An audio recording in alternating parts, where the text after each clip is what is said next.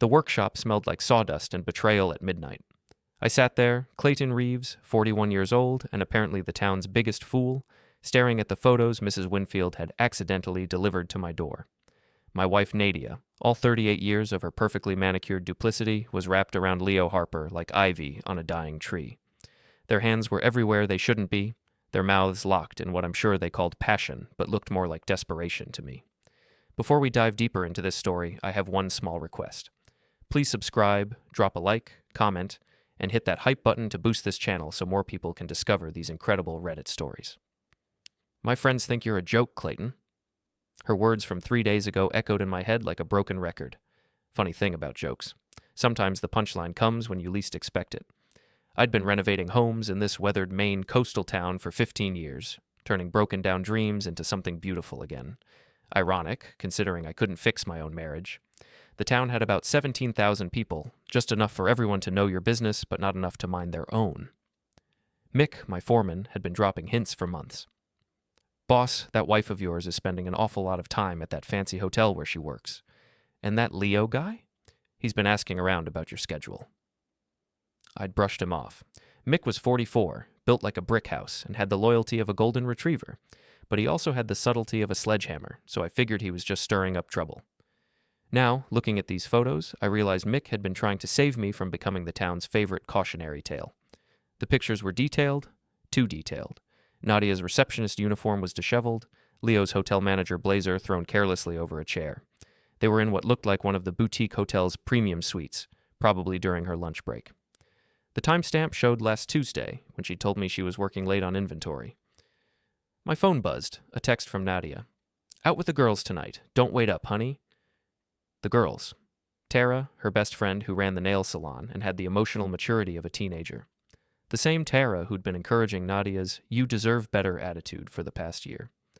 The same group of women who'd giggle and whisper whenever I showed up at their gatherings, making me feel like I was crashing a party I wasn't invited to. I set the photos down and walked through our meticulously renovated craftsman home. Every beam, every tile, every carefully chosen paint color, I'd done it all myself. Nadia had picked out the decorations, the furniture, the little touches that made it feel like a home instead of a construction project.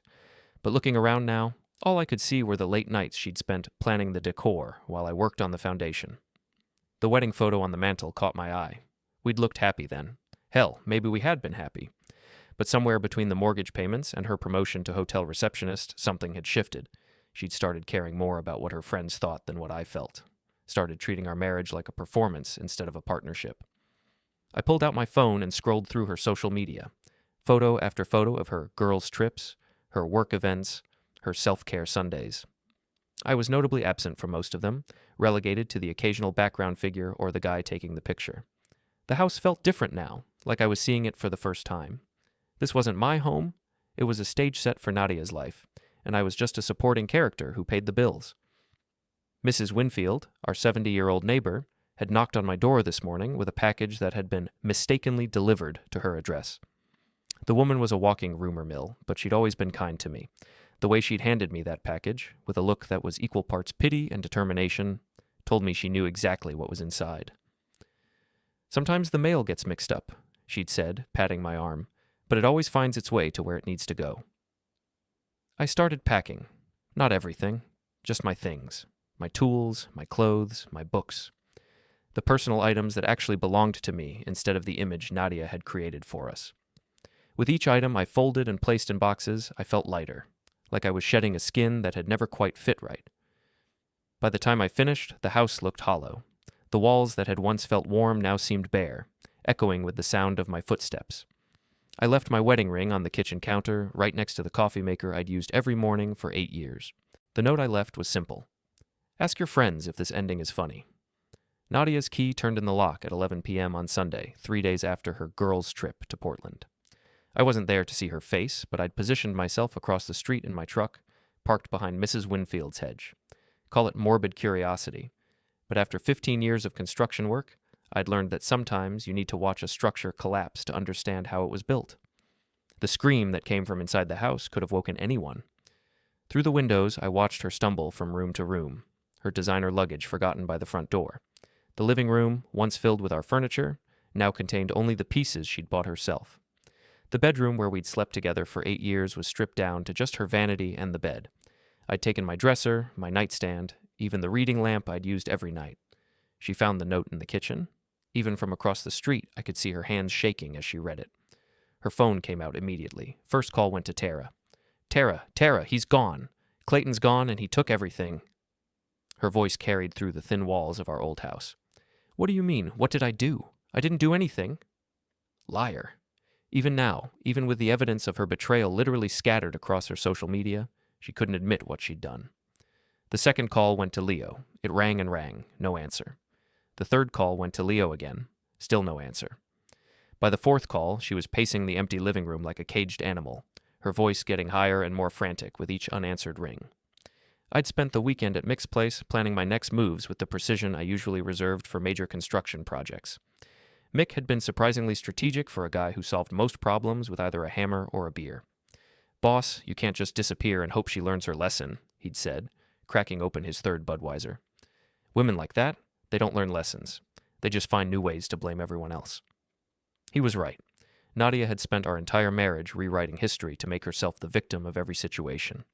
The time she'd maxed out our credit card on a shopping spree became a story about how I didn't appreciate her enough to buy her nice things. The time she'd forgotten our anniversary became a lecture about how I should have reminded her, because I knew she was busy with work. But this time was different. This time, I had evidence. And more importantly, I had a plan. Monday morning brought the next phase. I'd rented a small apartment above Murphy's hardware store. Nothing fancy, but it was mine. Mick helped me move my boxes, and we worked in comfortable silence until he finally spoke up. You know Leo's been dodging Nadia's calls because his girlfriend found out about the affair, right? I paused, a box of books halfway to the shelf. How do you know that? Because his girlfriend is my cousin Jenny. She works at the bank. Saw Leo and your wife making out in his car in the parking lot last week. Mick grinned. Jenny's got a temper. She threw all his stuff out on the lawn Saturday night. The pieces were falling into place faster than I'd expected. Leo wasn't just cheating with my wife, he was cheating on his girlfriend with my wife, which meant when this whole thing exploded, he'd lose everything too. There's more, Mick continued. Jenny said she saw them going into the hotel together during lunch breaks, multiple times. That's got to be against hotel policy, right? It was. I knew because Nadia had complained about those exact policies when she first started working there. No personal relationships between employees, no use of hotel facilities for personal business, no behavior that could reflect poorly on the establishment's reputation. Dennis Morrison, the hotel manager, was a by-the-book guy in his 50s who'd rather fire half his staff than deal with a scandal. If he found out about Leo and Nadia's lunchtime activities, they'd both be out on the street. My phone buzzed. A text from Nadia. Clayton, please call me. We need to talk. This is ridiculous. Ridiculous. That was her word for everything she didn't want to deal with. My feelings were ridiculous. My concerns were ridiculous. Apparently, my decision to leave was ridiculous too. I deleted the text without responding. Tuesday brought a visit from Tara. I was working on a kitchen renovation across town when Mick pulled up to the job site, grinning like he'd just won the lottery. Boss, you're not going to believe this. Tara went to the hotel looking for Leo, trying to get him to call Nadia back. Made a huge scene in the lobby, screaming about how he needed to fix this mess and be a man about the situation. I set down my drill. Please tell me Dennis was there. Better? Dennis was there, and so were about 6 guests checking in. Tara kept yelling about how Leo and Nadia were meant to be together, and how you were just jealous because you're boring. Mick's grin got wider. Dennis pulled Leo into his office right there in front of everyone.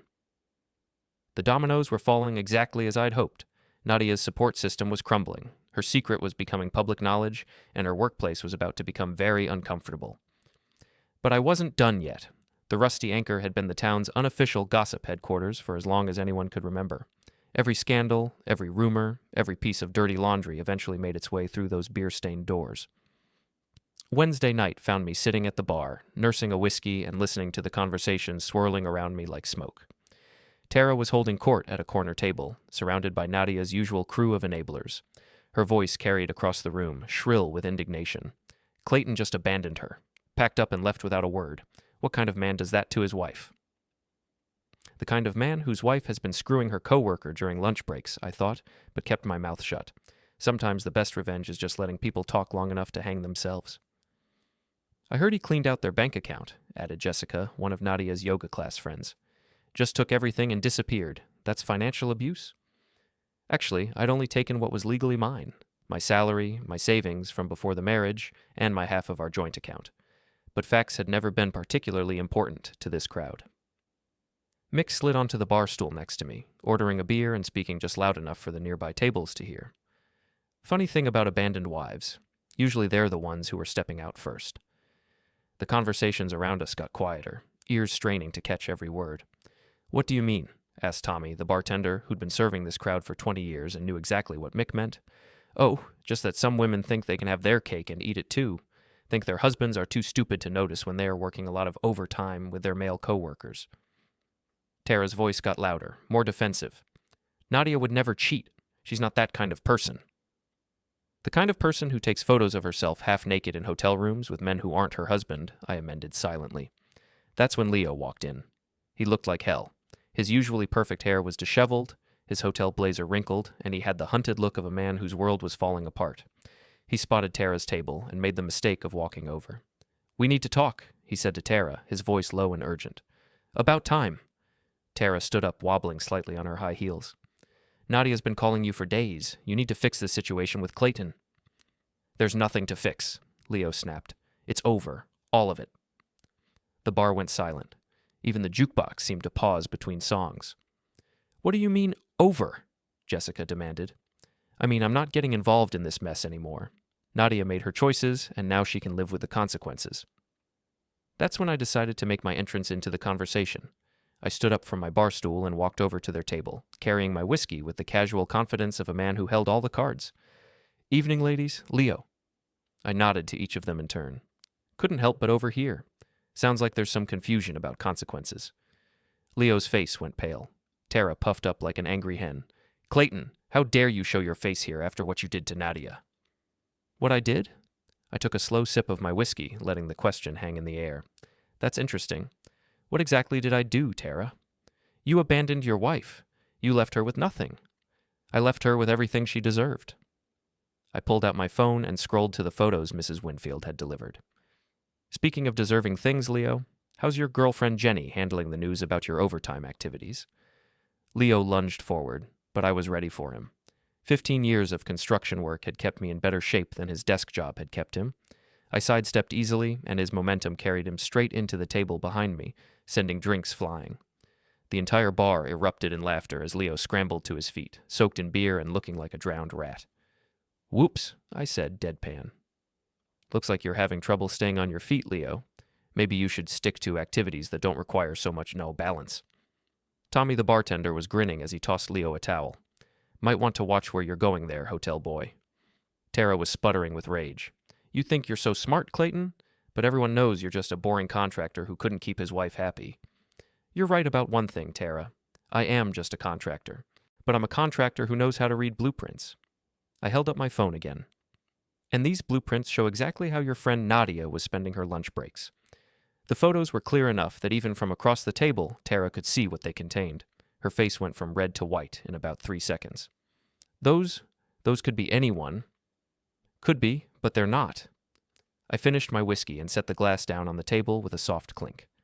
They're time-stamped, location-tagged, and very, very detailed. Leo was backing toward the door, still dripping and looking desperate to escape.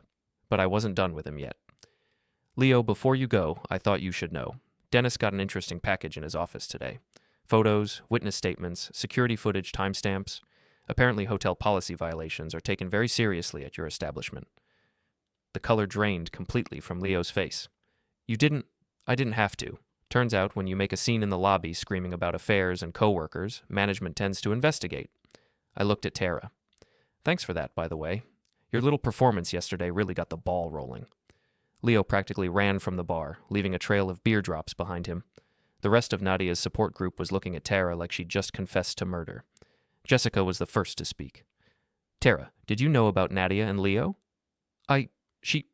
It's not what it looks like."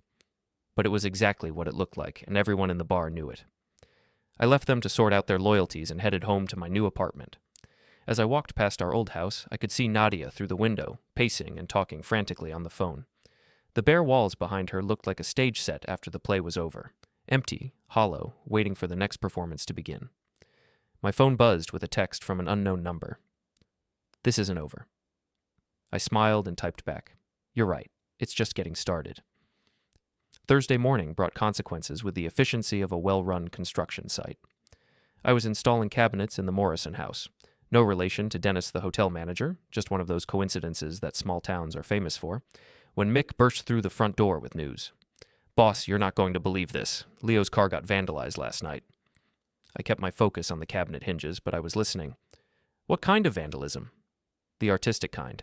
Someone spray-painted Home Wrecker across his windshield, slashed 2 tires, and covered the whole thing in dish soap." Mick was practically vibrating with excitement. "Happened right in the hotel parking lot in full view of the security cameras." "Security cameras, you say?" I aligned the next hinge carefully. "That's unfortunate for whoever did it." "Yeah, except the cameras were mysteriously malfunctioning between midnight and 3 a.m. Technical difficulties, according to the maintenance report." I had to admire the thoroughness. Whoever had vandalized Leo's car had done their homework. "There's more," Mick continued. "Leo went ballistic when he found it this morning. Started screaming in the parking lot about how someone was going to pay for this, how he was going to sue everyone in town. Made such a scene that Dennis came out and fired him on the spot." "Fired him?" "Yep. Apparently the hotel's insurance doesn't cover employees who create public disturbances that reflect poorly on the establishment's reputation." Mick grinned. "Plus, Dennis found out about the affair yesterday and was just looking for an excuse." The dominoes were falling faster than I'd anticipated. Leo was unemployed, his car was destroyed, and his girlfriend had already kicked him out. Nadia was about to lose her biggest ally in this whole mess. "What about Nadia?" I asked. "That's the best part. She showed up at the hotel this morning to support Leo and ended up getting into a screaming match with Dennis in the lobby, in front of guests, again." Mick handed me the next cabinet door. "Dennis suspended her pending a full investigation into policy violations." Suspended. Not fired, but close enough. Without her job, Nadia would have no income, no health insurance, and no way to pay for the mortgage on our house. The house that was still in both our names, but that I was no longer legally obligated to support since I'd filed for separation. My phone rang. Nadia's name flashed on the screen. I let it go to voicemail. It rang again immediately. This time I answered. "Hello, Nadia." "Clayton, thank God. We need to talk. This whole situation has gotten completely out of hand." "Has it?" "Someone vandalized Leo's car, and Dennis suspended me from work. People are spreading rumors and lies about me all over town." "What kind of rumors?" There was a pause. "You know what kind." "Actually, I don't. Why don't you tell me?" Another pause, longer this time. "People are saying that Leo and I were... that we were having an affair." "Were you?" "Clayton." "It's a simple question, Nadia. Were you having an affair with Leo?" "I can't believe you would even ask me that." "I can't believe you would even do it. But here we are." The line went quiet for so long, I thought she'd hung up. When she finally spoke, her voice was different. Smaller, more desperate. "I made a mistake, Clayton. A stupid mistake. But it didn't mean anything. It was just... I don't know. I was feeling neglected, and he was paying attention to me, and it just happened. It just happened. Multiple times. In hotel rooms, during your lunch breaks. How did you... Never mind. The point is, it's over now. Leo's gone, and I want to work things out with you. We can go to counseling, we can start over, we can... No. What do you mean, no? I mean, no, we can't start over. No, we can't go to counseling. No, we can't work things out. I set down my drill and walked outside, away from Mick's curious ears. You made your choice, Nadia. You chose Leo over me, your friends over our marriage, and your image over our life together. Now you get to live with those choices. But I choose you now. I'm choosing us. You're choosing the security I provide. There's a difference. That's not fair. Fair?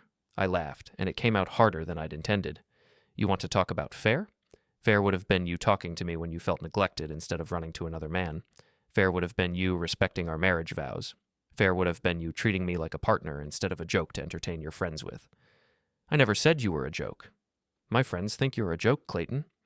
Your exact words 3 weeks ago, when I suggested we stay home instead of going to Tara's birthday party. Silence. I didn't mean it like that. Yes, you did. And you know what? Your friends were right. I was a joke. I was the punchline to every story about how you settled for less than you deserved. But the joke's over now, Nadia. So that's it? 8 years of marriage and you're just throwing it all away? I'm not throwing anything away. I'm just finally picking up the pieces you've been dropping. I hung up and turned off my phone. That evening, I was having dinner at Murphy's Diner when Leo walked in. He looked even worse than he had at the bar, unshaven, wearing the same clothes from yesterday, with the desperate look of a man who'd lost everything and was looking for someone to blame. He spotted me in my corner booth and walked over with the swagger of someone who had nothing left to lose. "This is all your fault," he said, sliding into the seat across from me without being invited. "Is it? You ruined everything. My job, my relationship, my car, all because you couldn't handle the fact that your wife wanted someone better." I took a bite of my meatloaf and chewed slowly, studying his face. "Tell me, Leo, what exactly did you think was going to happen?" "What do you mean?" "I mean, what was your end game here? You seduce my wife, break up my marriage, and then what? You two ride off into the sunset together?" "We were in love." "Were you? Because from where I sit, it looks like you were just two people using each other to avoid dealing with your real problems." Leo's face flushed red. "You don't know anything about what we had. I know she threw you under the bus the minute things got complicated. I know you're sitting here blaming me instead of taking responsibility for your own choices. And I know that love doesn't usually involve destroying other people's lives for your own gratification. You're just bitter because she chose me over you," I laughed. "Leo, she didn't choose you over me. She chose the excitement of sneaking around over the work of maintaining a marriage. The minute that excitement turned into consequences, she tried to crawl back to the security I provided. You were never a choice. You were just a distraction." The truth of it hit him like a physical blow. His shoulders sagged, and for a moment, he looked less like an arrogant homewrecker and more like a lost, middle-aged man who'd made a series of catastrophically bad decisions. "She really tried to go back to you?" "She really did. And you said no." "I really did." He sat there for a long moment, processing the reality that he'd destroyed his life for someone who'd discarded him the moment it became inconvenient. "What am I supposed to do now?" he asked, and for the first time since this whole mess started, he sounded genuinely human. "Same thing I'm doing," I said. "Figure out how to build something better from the pieces that are left." He left without another word, and I finished my dinner in peace. Friday brought the reckoning I'd been building toward all week. I was putting the finishing touches on a bathroom renovation when Mrs. Winfield knocked on the door of the house where I was working. "Clayton, dear, I thought you should know. Nadia's been going door to door in the neighborhood, telling people you stole all her money and abandoned her." I set down my tile cutter and gave her my full attention. "What exactly is she saying?" "That you emptied your bank accounts and left her with nothing. That you're trying to steal the house out from under her. That she's the victim of financial abuse." Mrs. Winfield's expression was disapproving. "She's also claiming that the photos of her and that Leo boy were doctored and that you're trying to frame her for adultery." Interesting. Nadia was going on the offensive, trying to control the narrative before it could control her. It was actually a smart move. If she could convince enough people that she was the wronged party, she might be able to salvage her reputation and her position in town. Unfortunately for her, I'd been planning for this possibility. "Mrs. Winfield, would you mind doing me a favor?" "Of course, dear." "There's going to be a town council meeting Monday night about the new zoning ordinances. I think it would be very educational if certain members of the community attended." She smiled, understanding immediately. Mrs. Winfield had been the unofficial town crier for 7 decades. If she wanted information to spread, it would be in every household by dinner time. "I think you're absolutely right. A well-informed community is a healthy community." Saturday morning, I was loading supplies into my truck when Tara confronted me in the hardware store parking lot. She'd clearly been waiting for me, positioned between my truck and the store entrance like a designer-dressed roadblock. "You need to stop this vendetta against Nadia," she announced without preamble. "Vendetta?" I continued loading 2x4s into the truck bed. "That's an interesting word choice." "You know what I mean. The photos, getting Leo fired, turning everyone against her. She made one mistake, and you're destroying her entire life over it." "One mistake?" I stopped loading and turned to face her. "Tara, let me ask you something. Did you know about the affair?" Her face flushed. "I don't know what you're talking about." "Sure you do. You knew Nadia was cheating, and you encouraged it. All those girls' nights where you told her she deserved better, all those times you covered for her when she was with Leo, all those conversations about how boring and unappreciative I was. She did deserve better. You never paid attention to her, never took her anywhere nice, never made her feel special. And your solution was to encourage her to cheat instead of talking to me about it? She tried talking to you. You were always working, always tired, always focused on everyone else's problems instead of hers. There was enough truth in that accusation to sting. I had been working a lot, taking on extra projects to save money for the vacation Nadia had been hinting about. I had been tired, coming home covered in sawdust and more interested in a shower and dinner than in hearing about her day. I had been focused on other people's problems, because solving problems was what I did for a living, and it was how I showed love, but none of that justified what came next. "You're right," I said, and Tara looked surprised. I wasn't the perfect husband. I made mistakes, I took her for granted sometimes, and I could have been more attentive. But you know what I didn't do, Tara? I didn't cheat, I didn't lie, I didn't betray the vows I made or the trust she gave me. And when I realized I was failing as a husband, I tried to do better. I planned that vacation she wanted, I cut back on weekend work, I started bringing her flowers every Friday. Tara's expression was shifting from righteous anger to uncomfortable recognition. But it was too late by then, wasn't it? Because she'd already found Leo, and you'd already convinced her that I was the problem, instead of the marriage being something we both needed to work on. She was unhappy? She was bored. There's a difference. And instead of helping her figure out how to be happy in her marriage, you helped her figure out how to be happy outside of it. Tara opened her mouth to argue, then closed it again. For the first time in the 15 years I'd known her, she was speechless. Here's the thing about consequences, Tara. They don't care about your intentions. Nadia chose to cheat, you chose to enable her, and Leo chose to pursue a married woman. Those were your decisions. What's happening now isn't revenge, it's just the natural result of the choices you all made. I finished loading the truck and got behind the wheel. Oh, and Tara, you might want to stay away from the town council meeting Monday night. I have a feeling it's going to be uncomfortable for Nadia's supporters. Monday evening arrived with the crisp efficiency of a well-planned construction project. The town council meeting was held in the community center, a converted church that could hold about 200 people. By the time I arrived at 7 o'clock, it was standing room only. Nadia was there, sitting in the front row with what remained of her support network. She'd dressed carefully, conservative blouse, modest skirt, minimal makeup, the picture of a wronged woman seeking justice. The zoning ordinance discussion took about 20 minutes. Then Mayor Patricia Collins, a no-nonsense woman in her 60s who'd been running the town since before I moved here, called for new business. I believe Clayton Reeves has something to share with the community. I stood up, and the room went quiet. Every eye was on me as I walked to the front of the room, carrying a manila folder that contained 8 months of careful documentation. Thank you, Mayor Collins. I wanted to address some rumors that have been circulating about my recent separation from my wife. Nadia's face went pale, but she kept her composure. There have been accusations that I abandoned my wife, that I stole marital assets, and that I'm engaged in financial abuse. I opened the folder. I'd like to set the record straight. I pulled out the first set of documents, bank statements, showing that I'd only withdrawn my own salary and premarital savings. These show that I took only what was legally mine, and that Mrs. Reeves has access to all joint accounts and assets. Murmurs rippled through the crowd. The second set of documents were copies of the legal separation papers I'd filed. These show that I followed all proper legal procedures and that Mrs. Reeves was served with appropriate notice. More murmurs, louder now.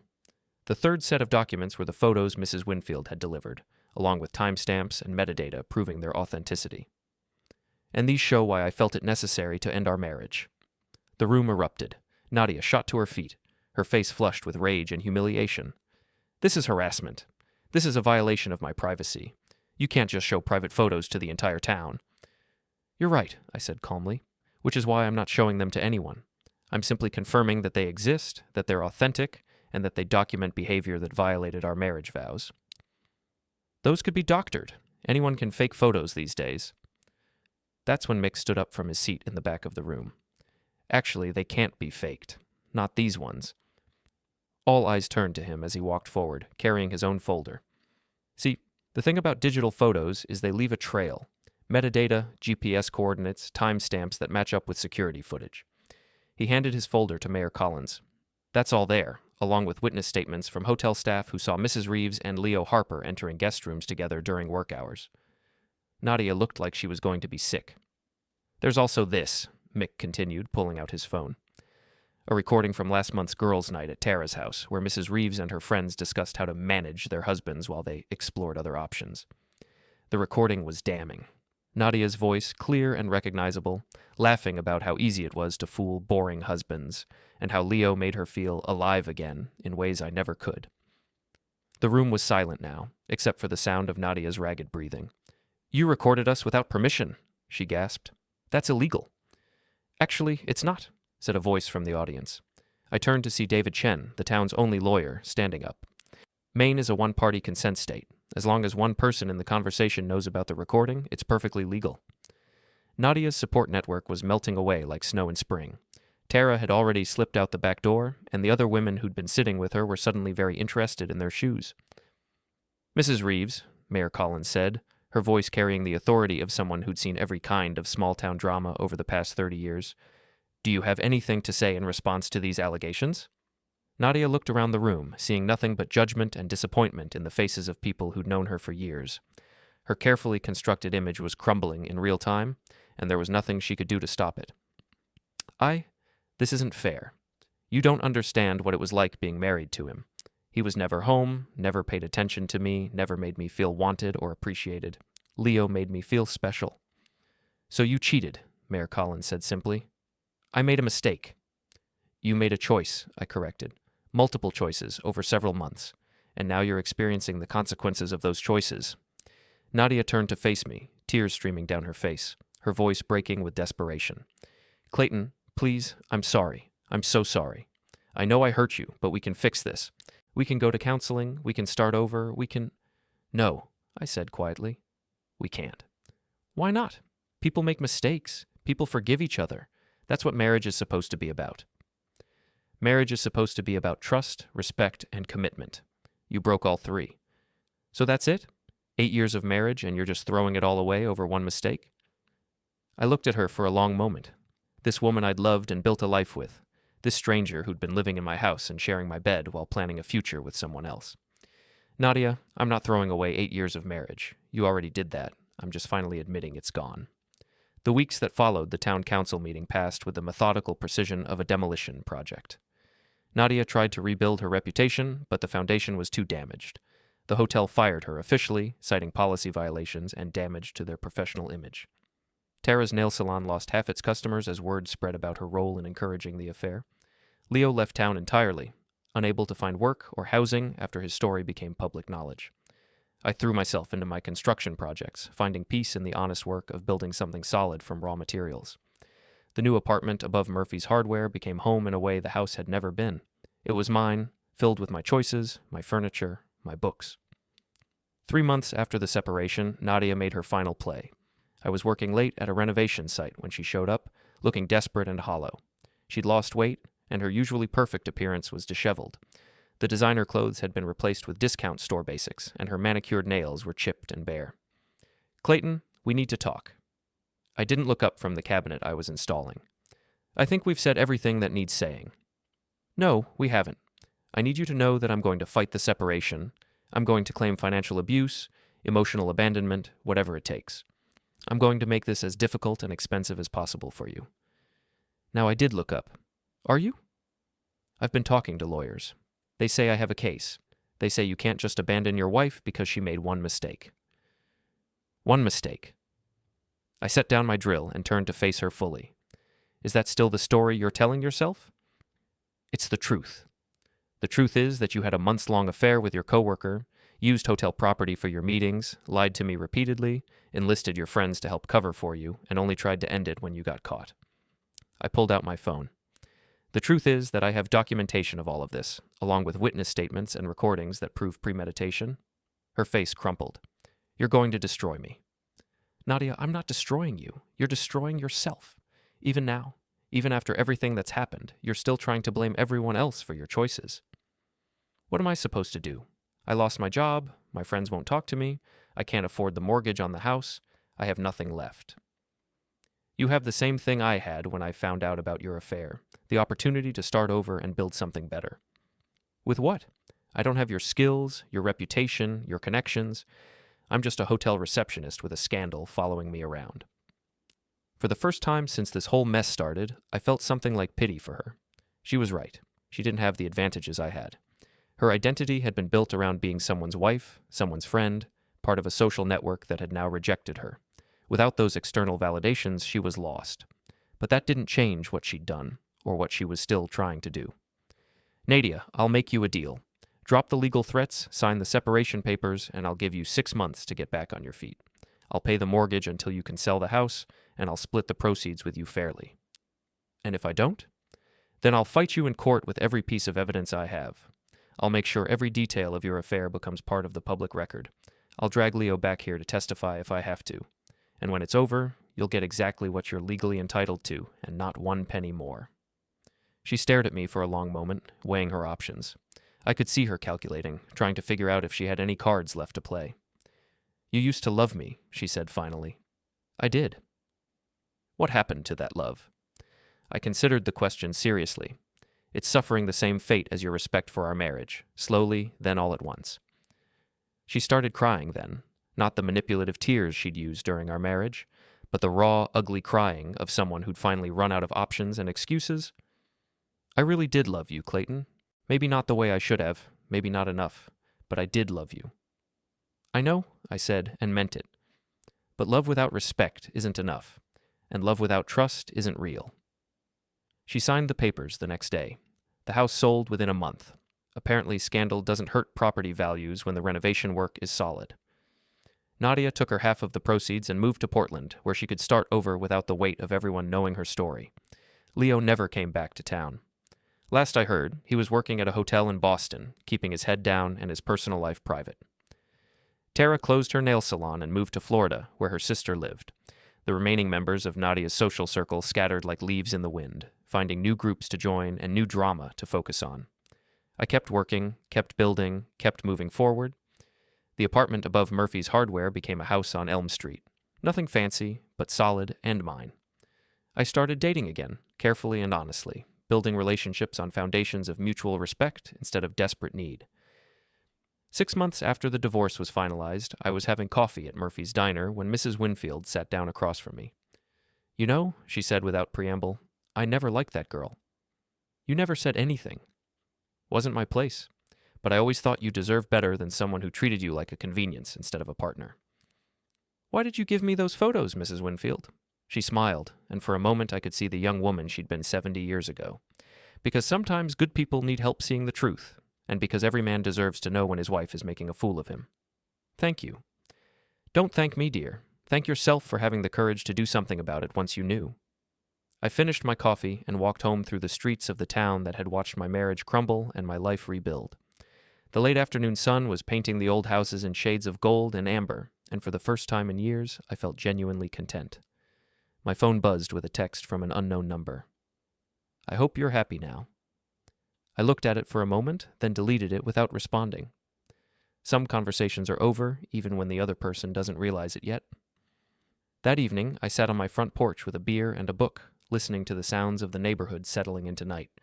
A dog barked somewhere down the street, children called to each other from backyards, and the distant sound of the ocean whispered against the shore. I thought about the man I'd been 8 years ago, standing at an altar promising to love and cherish a woman who would eventually betray everything we'd built together.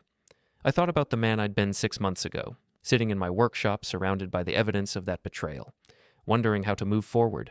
And I thought about the man I was now, older, wiser, more careful with my trust, but not afraid to give it to the right person when the time came. Nadia had been right about one thing. Her friends had thought I was a joke. The boring contractor who worked too much and didn't appreciate what he had.